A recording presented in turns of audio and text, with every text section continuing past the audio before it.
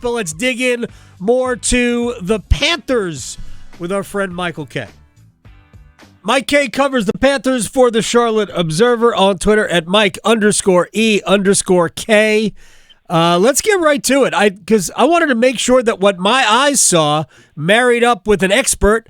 You are playing the role of expert here, Mike. And I thought there was a lot of good from Bryce. It wasn't great, but who would have expected great? Because I thought there were some missed throws, there was some luck involved, there was some bad luck involved. But overall, I just appreciate that it looked like he belongs in the National Football League. We didn't see that last week. Overall, what are your thoughts on what we saw from Bryce? Of course, the win doesn't hurt. I thought it was his best start since the Green Bay game last year where they came up short at the end. But I think he made some really important throws. I thought he looked really confident. He tested down the field very early. He was going up against the Saints defense that struggled mightily. Yeah. Let's acknowledge that. He did have some luck. Alontae Taylor almost had 2 interceptions in the first half, but those turned out to just be pass breakups. He also had some pretty bad luck. I mean, he had a dime of a throw on a corner route to David Moore that got broken up. He had the interception that was 100% not his fault. Right. Ripped out of the hands of Xavier Legette. I just thought he managed the game really well. And, he distributed the ball like a pro. And really, that's all you can ask for at this point. And I think, the bar has been set very low for him. But I thought he delivered. And I also thought he overcame some poor coaching decisions as well. Mike Kaye from the Charlotte Observer covers the Panthers, joining us here in the Adam Gold Show. I want to make sure people are associating these things with me and not you. I don't want to jam you up because you have to cover these guys on a daily basis, because I have said repeatedly that there are times where it seems to me like Dave Canales is trying to prove that Bryce can't play as opposed that he can. And maybe he is, I don't know. But some of the play calls have been very curious. I think he has demonstrated that he can make throws deep down the middle, deep to the sideline. I think he can make those throws, and if size is the problem, they should just roll him out more, and they did roll him out a little bit. I think it seemed like more than they normally would. I like the fact that he was aggressive throwing the ball down the field, and we didn't have everything lateral or at times even backwards, although we had a few of those. Yeah, I mean, I think they opened up the playbook quite a bit. I think the pre-snap motion was there. I think that helped him. It helps most quarterbacks. I think he was aggressive in the way that he instructed Bryce to throw the ball downfield.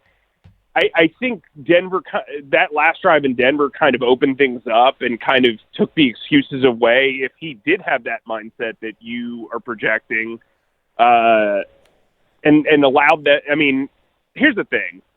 Like, I do understand the outside looking in saying, well, Canales calls plays and handles him like he wants to move on. But I think the reality of the situation is it doesn't make any sense to trade him at the trade deadline because you're essentially trading a backup quarterback, right, which you're not going to get value for. So this is what they have to work with, and this is what they're going to do. And I think he opened up the playbook with the the previous 3 starts in mind, and this last Denver start helped him open up the playbook even more. Mike Kaye is joining us here. A couple of more quick things. The first thing, he was non-committal about Bryce in Germany against the Giants. Do you think he's just slow playing this? Because I can't imagine if the whole goal is to get Bryce Young playing and looking like an NFL quarterback, maybe not quite the first overall pick in the draft a year ago, but then we should have been encouraged by what we saw this week, and it would be a slam dunk to play him against the Giants.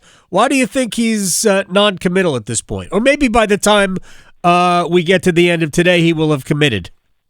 Well, I think it's kind of like when a baseball manager, when he's like, I've got to talk to the starter before I say who's going to get the ball in game 2 of the playoffs or game 4 of the playoffs. I mean, I'm not making excuses for the guy, but I do think, he just came off a 1-point win. It came down to the wire. Unfortunately, I don't think he was super ready for the question.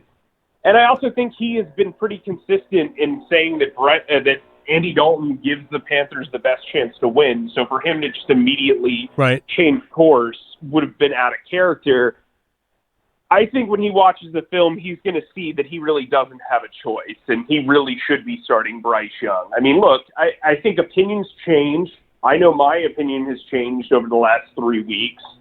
The NFL is an ebbs and flows type of league, and I think where they're at right now at 2-7 and about to play a Giants team that is averaging less than 15 points or less than 16 points a game, it behooves them to put their best foot forward with Bryce Young, if not for the sake of winning, for increasing his market value come next offseason.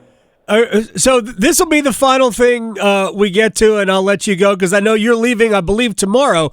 Because I was listening to the one and only Mike Kaye, who covers the Panthers for the Charlotte Observer, on a podcast, and I felt seen because I have been super militant, and I know you're leaving tomorrow for Germany. I have been super militant about the Panthers should make a list of every asset, and by all means offer them up to somebody who will give you something for it.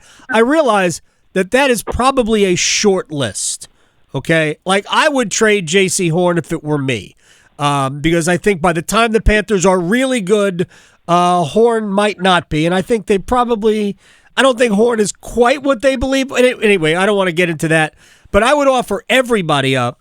But I realize that you're not going to just give players away for 6th-round picks, 7th-round picks. Those are generally undrafted free agent quality players either way. But if you could move and I think they'll sign Chuba Hubbard, but if you could move, again, a J.C. Horn and get a day 2 pick, man, I'd do it in a minute. I just don't know what they've got that really is attractive on the open market. I think, and I've said this throughout the week, I think Deontay Johnson has shown that while fire sales sound great in theory, you typically realize once you start putting up the sale signs that the reason why you are having a fire sale is because you're not very good and you're not very talented, and you probably valued your players more than anyone else does. Right. And so I think trading for a bunch of 6th and 7th round picks with guys when you're trying to build a culture sets the wrong tone for a culture. It's a tough beat overall. And so I think what they're going to do is they'll be selective. They don't want to give guys away the way they gave away Deontay Johnson, who clearly had no future here. And I think, when it comes to guys like Adam Thielen and Miles Sanders, if they can get relatively okay value for them, they're going to be gone. I think when you look at what the young wide receivers have done, their top 3 wide receivers with Deontay Johnson gone are rookies. Yep. So I think the emergence of Jalen Coker, the emergence of Jatavian Sanders, the emergence of Xavier Legette helps them move on.